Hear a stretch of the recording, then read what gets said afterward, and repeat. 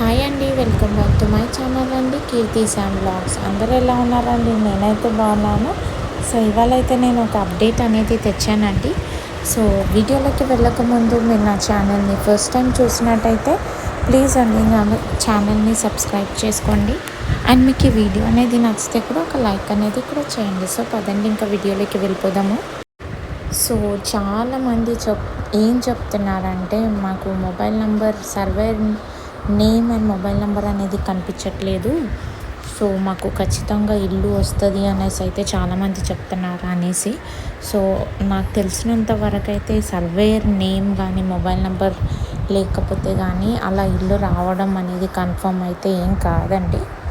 అది only just మనకి server issue ఉన్న అవ్వచ్చు, ఆర్ఎల్స్ ప్రైవసీ రిలేటెడ్ ఇష్యూ ఉన్నా వాళ్ళు అలా తీసేసి ఉంటారు అంతే తప్ప మనకైతే సర్వేర్ నేమ్ లేదు అంటే మీకు ఖచ్చితంగా ఇల్లు వస్తుంది అని అంటే అదైతే రాంగ్ ఇన్ఫర్మేషన్ అండి.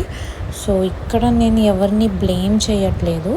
సో ఫస్ట్గా అయితే సింపుల్ లాజిక్ అండి, మనకి అక్కడ నేమ్కి ఇల్లుకి సంబంధం అయితే ఎటువంటిది అయితే లేదు.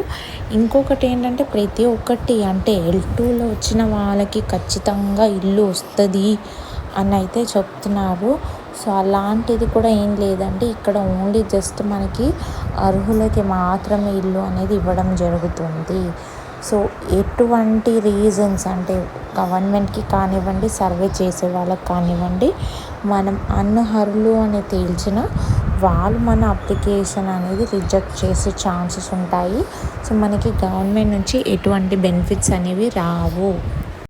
ఇంకా మనకి ఇప్పుడు ఏదైతే ఫైనల్ లిస్ట్ అనేది మే 1న తెలుస్తుంది. అండ్ సెకండ్కి వచ్చేసి మనకి నేమ్ ఎంపిక అనేది మనకి డిసైడ్ అయిపోయి లిస్ట్ అనేది వచ్చేస్తుంది కదండి.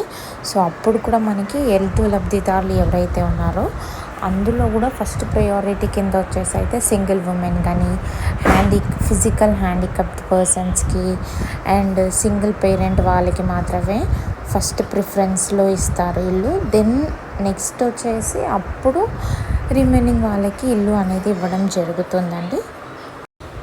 ఐ హోప్ మీకు ఈ వీడియో నచ్చింది అనుకుంటున్నానండి. Thank you so much. So నాకు ఎటువంటి ఇంద్రమ్మ ఇల్లు రిలేటెడ్ అప్డేట్ వచ్చినా నేను మీకు అప్డేట్ చేస్తూ ఉంటానండి. Thank you so much.